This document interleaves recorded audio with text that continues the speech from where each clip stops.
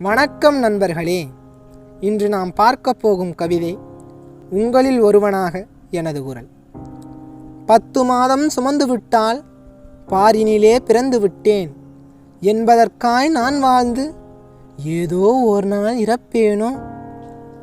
எனக்காக வாழ்ந்து விட்டால் உமக்கு யாரோ போல் இருந்து விட்டால் எல்லோர் போல் நானும் இங்கு யதார்த்தமாய்தான் வாழ்வேனோ.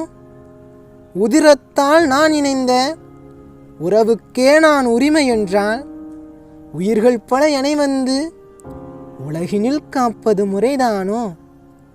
கண்முன்னே கலங்குகின்ற நிலையேற்று எம்மவரோ காலம் முழுதும் இவ்வாறே நிர்கதியற்று நிற்பாரோ என்றெல்லாம் இளைஞர்களே எல்லா நாட்களிலும் உம்முள்ளே கேட்டுக்கொண்டு உரிமைக்காக வாதிடுங்கள்.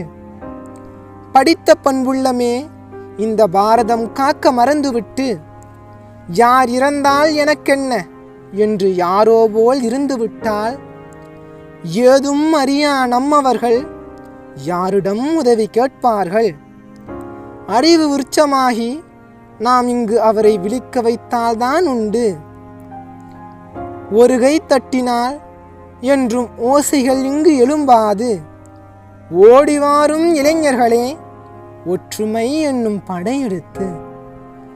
வேறு ஏதும் வழிகளில்லை வேதனையுறுவோர் வழி நீக்க. நீயும் நானுமே இங்கு நிரந்தரமான தீர்வதற்கு. நம் உரிமை பறிப்போர் மத்தியிலே நல் உறவாக நாம் இணைந்து விட்டால் ஒருவர் துயர்க்கு ஒருவர் இங்கு ஓயாமல் குரல் எழுப்பிவிட்டால் எல்லாம் இங்கு மாறிவிடும், நாடும் முன்னேறிவிடும். நாட்டம் கொண்டு இளைஞர்களே நாளும் குரல் எழுப்புங்கள். நன்றி, வணக்கம்.